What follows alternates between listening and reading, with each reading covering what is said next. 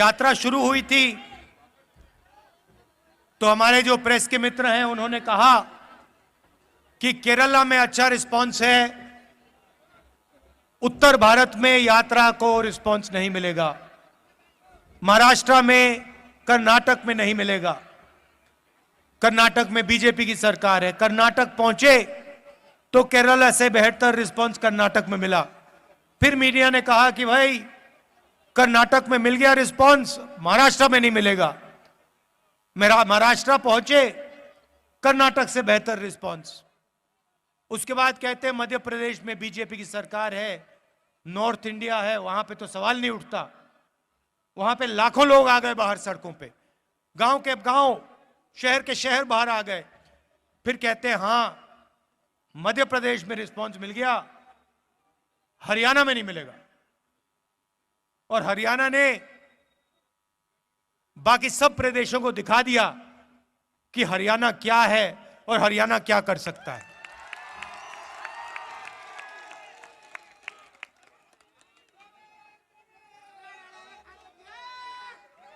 और जो हमने नफरत मिटाने की बात की, डर मिटाने की बात की, वो सचमुच हमें इन सड़कों पे आपने दिखाया है। इस यात्रा में किसी ने गलत तरीके से किसी से बात नहीं की।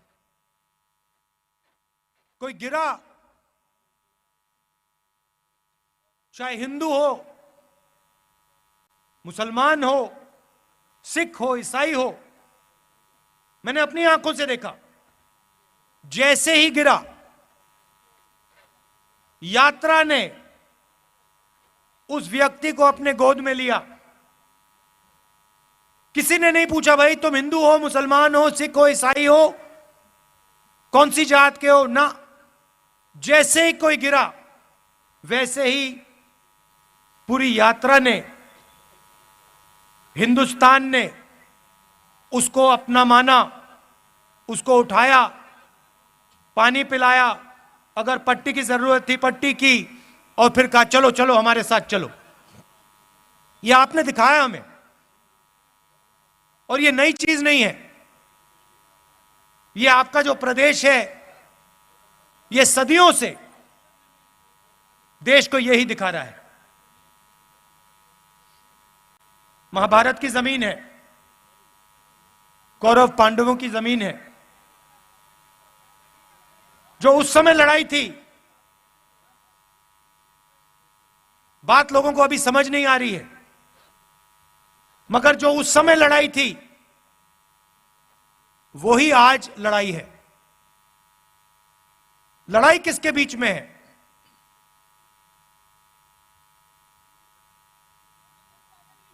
नहीं, देखिए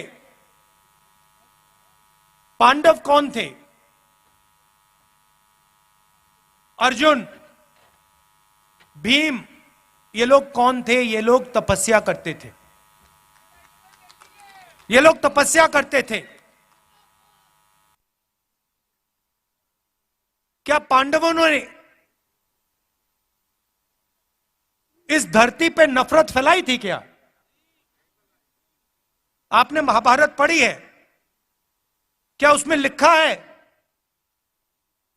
कि पांडवों ने किसी गरीब व्यक्ति के खिलाफ अपराध किया? कहीं लिखा है? पांडवों ने डिमोनेटाइजेशन किया क्या? नोटबंदी की थी क्या? गलत जीएसटी लागू की थी क्या? कभी करते? कभी नहीं करते। क्यों नहीं करते? क्योंकि वो तपस्वी थे और वो जानते थे कि नोटबंदी, गलत जीएसटी, किसान बिल इस धरती के जो तपस्वी हैं उनसे चोरी करने का तरीका है।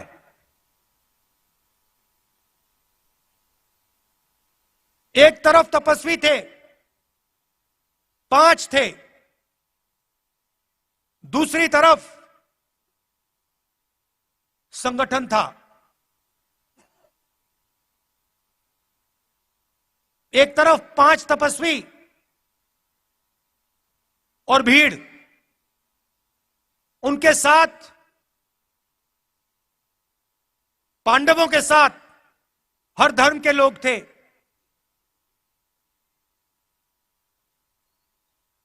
जैसे यहां पे यात्रा चल रही है, इसमें कोई ये नहीं पूछता भैया कौन हो, कहां से आए हो। मोहब्बत की दुकान है ये। पांडवों ने भी, आप याद रखिए, पांडवों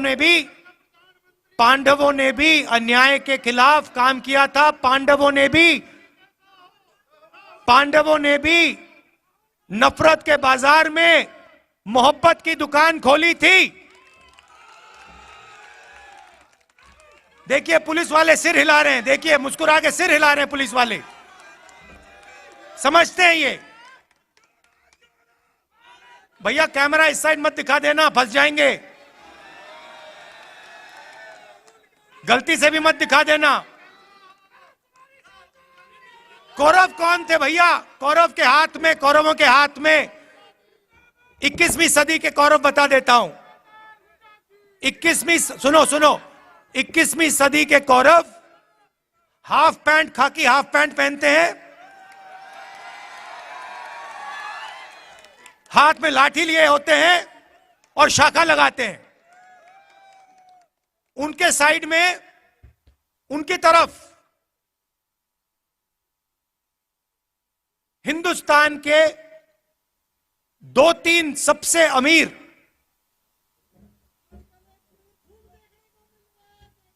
अरबपति कौरवों के साथ खड़े हैं। भाई और बहनों, नोटबंदी किसने करवाई? गलत जीएसटी किसने लागू की? किसके लिए की गई और किसके खिलाफ की गई, ये आप समझिए। नोटबंदी, गलत जीएसटी नरेंद्र मोदी ने जरूर साइन किया, मगर नरेंद्र मोदी जी की शक्ति ने गलत जीएसटी, नोटबंदी नहीं लागू करवाई। हिंदुस्तान के 2-3 अरबपतियों की शक्ति ने, इन्होंने प्रधानमंत्री का हाथ चलाया। मानो ना मानो, आपको देखने को मिलेगा उस समय के अरबपति पांडवों के साथ खड़े थे क्या? अगर खड़े होते तो पांडव जंगल में क्यों बैठे थे? पांडवों को घर से क्यों निकाला? क्योंकि उनके साथ अरबपति नहीं खड़े थे, मगर उनके साथ इस धरती की जनता, इस धरती के किसान, इस धरती के मजदूर, इस धरती के गरीब, इस धरती के छोटे दुकानदार, इस धरती के स्मॉल और मीडियम बिजनेस सब खड़े थे। ये देश, भाइयों और बहनों, ये देश तपस्वियों का देश है। मुझे कहा जाता है, मुझे किसी ने कहा आप 3000 किलोमीटर चले। मैंने उससे कहा तो क्या हुआ? मैंने क्या बड़ी बात कर दी? अगर आप जाओ और इस देश के किसी भी किसान से पूछो, भाई पिछले 4 महीनों में आप कितने किलोमीटर चले हो, वो आपको बता देगा 3000, 4000, 5000 किलोमीटर चला हूं। हां, कन्याकुमारी से दिल्ली नहीं चला हूं, मगर अपने खेत में चला हूं, मंडी गया हूं, मंडी जाकर वापस आया हूं, फिर मंडी गया हूं, फिर वापस आया हूं, खाद खरीदने गया हूं, बीज खरीदने गया हूं। मैंने क्या बड़ा काम किया? कुछ नहीं। किसी भी मजदूर से आप पूछ लो, आपको बताएगा 24 घंटा मैं सर पर बोझ रख के आगे पीछे आगे पीछे आगे पीछे चलता जाता हूं।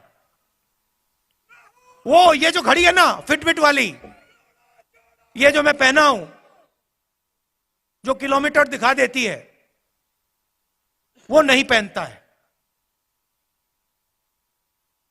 इसलिए उसको शायद पता नहीं लगता कितने किलोमीटर चला है। हमारे साथ यात्री चले, मुझे कहते हैं भैया 3000 किलोमीटर चले। मैंने उससे कहा भैया तुम्हें खाना मिला आज सुबह?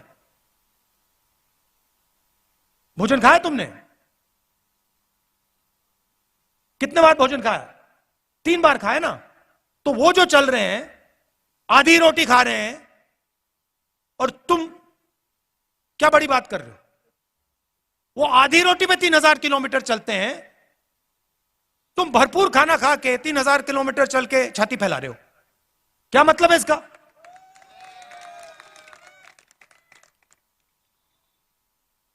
फिर ये मेरी टी शर्ट के पीछे पड़ गए।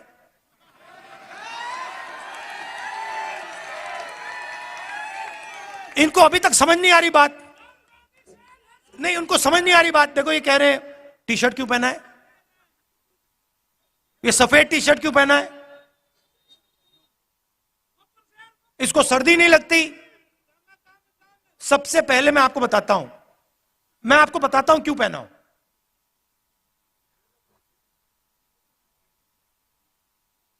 यात्रा शुरू हुई, केरला में भयंकर गर्मी, ऐसा लग रहा था भैया टी शर्ट उतार दो। मतलब उसमें पसीने आ रहे थे, ह्यूमिडिटी बहुत थी। केरला में काफी मतलब गर्मी लगी। फिर मैं मध्य प्रदेश में गया, थोड़ी ठंड होने लगी, थोड़ी सी, मतलब ज्यादा नहीं। सुबह सुबह क्या हुआ, 6 बजे हम निकलते हैं। सुबह सुबह 3 गरीब बच्चे मेरे पास आ गए, फटी हुई शर्ट थी। और जब मैंने उनको ऐसे पकड़ा, हाथ लगाया फोटो के लिए, फोटो लेना चाहते थे, एक इस साइड और एक साइड लड़कियां थी, एक इस साइड एक इस साइड। जैसे मैंने उनको पकड़ा, वो कांप रही थी, ठंड से कांप रही थी। और फिर मैंने देखा पतली सी शर्ट थी। उस दिन मैंने निर्णय ले लिया कि जब तक मैं नहीं कांपूंगा, मैं टी शर्ट पहनूंगा।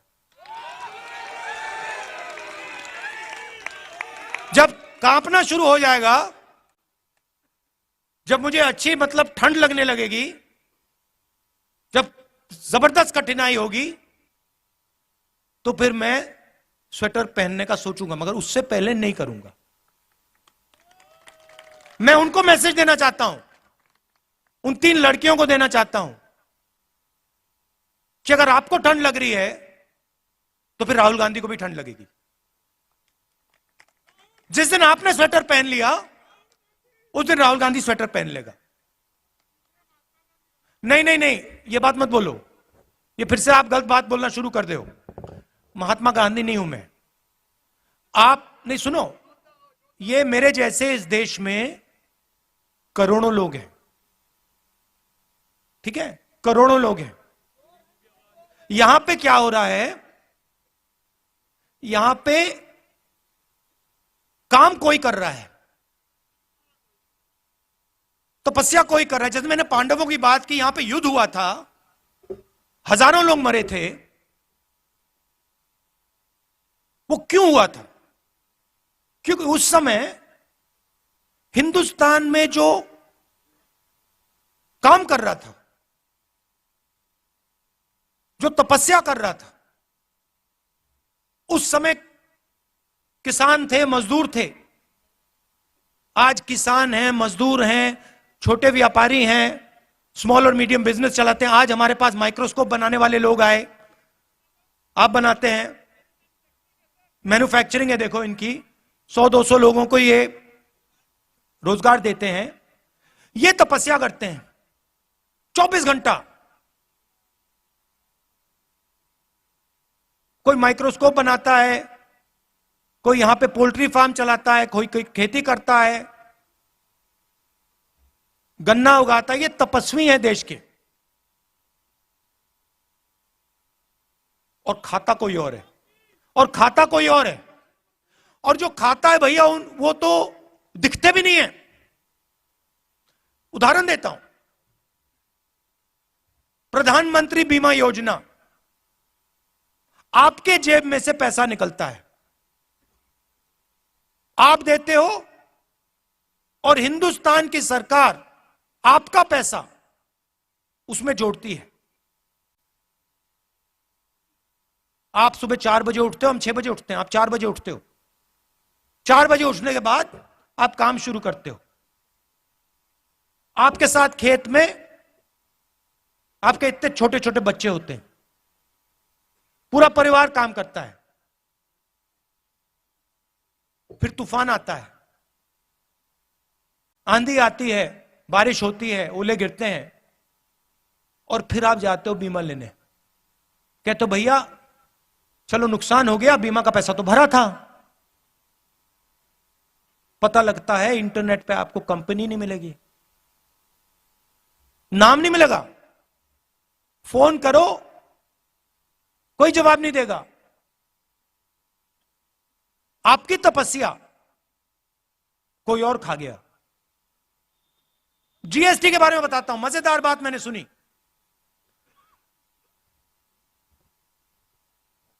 अगर आप, चाहे वो मैदा हो, गुड़ हो, अगर आप 25 किलो से कम मैदा गुड़ अपनी दुकान में बेचते हो, छोटे व्यापारी की बात कर रहा हूं, अगर 25 किलो से कम बेचते हो तो आप पर जीएसटी लग जाती है, और अगर आप 25 किलो से ज्यादा बेचते हो आप पे जीएसटी नहीं। मतलब छोटे व्यापारी पे जीएसटी, अदानी पे जीएसटी नहीं। क्यों? आपने क्या गलती की? अगर आप पे लग रही है तो उन पे लगनी चाहिए, अगर उन पे ना लगे तो आप पे ना लगे। किसान आए हमारे पास, एमएसपी की बात की। हिमाचल प्रदेश में मैंने आज अखबार में पढ़ा, सेब का पूरा व्यापार एक उद्योगपति के हाथ में। जम्मू कश्मीर जाएंगे, पूरा का पूरा सेब का व्यापार उसी उद्योगपति के हाथ में। नहीं हुए भैया, क्योंकि शहीद जो होता है उसको शहीद का दर्जा मिलता है। पार्लियामेंट हाउस में मैंने बात उठाई, कांग्रेस पार्टी ने बात उठाई कि भैया ये 700 लोग शहीद हुए हैं, इनका नाम तो ले लीजिए पार्लियामेंट हाउस में, शहीद का दर्जा तो दे दीजिए। प्रधानमंत्री कहते कोई शहीद नहीं हुआ। हमने मौन करा दिया वहां पे, मैं खड़ा हो गया, मैंने कहा भैया हम तो मौन करेंगे। स्पीकर गुस्सा हो गया मुझसे, कहते देखिए पार्लियामेंट हाउस में जो 700 किसान शहीद हुए हैं उनके लिए 2 मिनट मौन नहीं रखा जा सकता है। हम जानते हैं कि शहीद हुए, उनके परिवार जानते हैं कि शहीद हुए, हिंदुस्तान की सरकार नहीं जानती, उनके लिए नहीं शहीद हुए। मगर वैसे मैं उनकी बुराई इतना नहीं करना चाहता, वो करने जो कर रहे हैं करने दो उनको। मैं क्या चाहता हूं कि जो तपस्वी है, चाहे वो किसान हो, मजदूर हो, छोटा व्यापारी हो, जो वो तपस्या करे, गीता में लिखा है। क्या लिखा है गीता में तपस्या के बारे में? बताइए भैया, आपसे ले रहा है। तपस्या करो और फल मत देखो। मगर गीता में यह नहीं लिखा है कि तपस्या करो और फल नहीं मिलेगा। तो गीता में लिखा है तपस्या करो, और यह देश तपस्या कर रहा है, और इस देश की सरकार को उस तपस्वी की मदद करनी चाहिए, उस तपस्वी की रक्षा करनी चाहिए। ऐसा हिंदुस्तान में देखना चाहता हूं। यात्रा का यही लक्ष्य है। यात्रा का लक्ष्य यह है, यात्रा देश को यह बता रही है कि आपकी तपस्या जाया नहीं जानी चाहिए। मैं जानता हूं कि जिस दिन हिंदुस्तान के किसान, मजदूर, छोटे व्यापारी इनकी तपस्या का फल मिल जाएगा, उस दिन इस देश के सामने कोई देश नहीं खड़ा हो सकता है। ये आप अपने मोबाइल फोन के पीछे देखो, इसमें लिखा मेड इन चाइना। पुलिस वालों के जूतों के नीचे लिखा होगा मेड इन चाइना, शर्ट के पीछे मेड इन चाइना, माइक्रोफोन के नीचे मेड इन चाइना। तंग आ गया हूं मैं मेड इन चाइना से। जहां देखो made in China, made in China. मैं चाहता हूं कि वहां पे बीजिंग में एक चाइना का युवा फोन देखे, उसमें लिखा हो मेड इन कुरुक्षेत्र। ले, ऐसा हिंदुस्तान चाहता हूं। और जो कुरुक्षेत्र में जिसने माइक्रोस्कोप बनाया, सॉरी अंबाला, जिसने अंबाला में माइक्रोस्कोप बनाया, उसके जेब में चाइना के युवा के पैसे आए। ये चाहता हूं मैं। तो मगर सबसे पहला कदम डर और नफरत को मिटाने का है।